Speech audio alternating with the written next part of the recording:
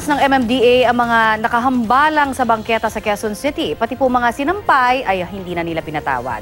Balitang hatid ni Mariz Umali.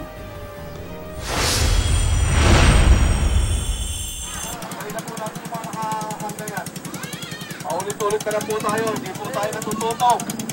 Hindi na mabila ang clearing operations ng MMDA sa Quezon City pero marami pa rin ang pasaway. Mga residenteng sinakop na ang sidewalk at nagtayo ng tindahan. Balik-balik na lang po kami dito, ganyan pa rin ang ginagawa natin. Kung ayaw niyo po sundin ang barangay niyo, kami na lang po magpapatupad ng batas dito. Kaya po, pakikilig na lang po. Pinagbabaklas ang mga bahagi ng tindahang nakausli sa bangketa. Ang mga residente wala nang nagawa kundi sumunod at tumulong na rin sa clearing operation. Babalik at babalik po kami dito. Hindi po natin po pwedeng pagtindahan ang bangketa, ang sidewalk. Nakaharap po ng tao yan.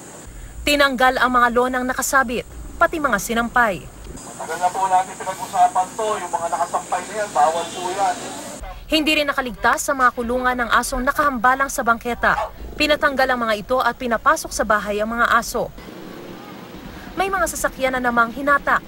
Tiniketa ng mga driver ng mga sasakyang iligal na nakaparada. Ang ilan, nangatwiran pa at nagalit.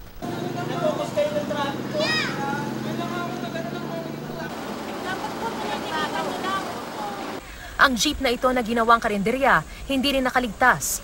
Sa dami ng mga sasakyang nahatak, naubusan na ng tow truck ang MMDA at napilitang tapusin na ang operasyon.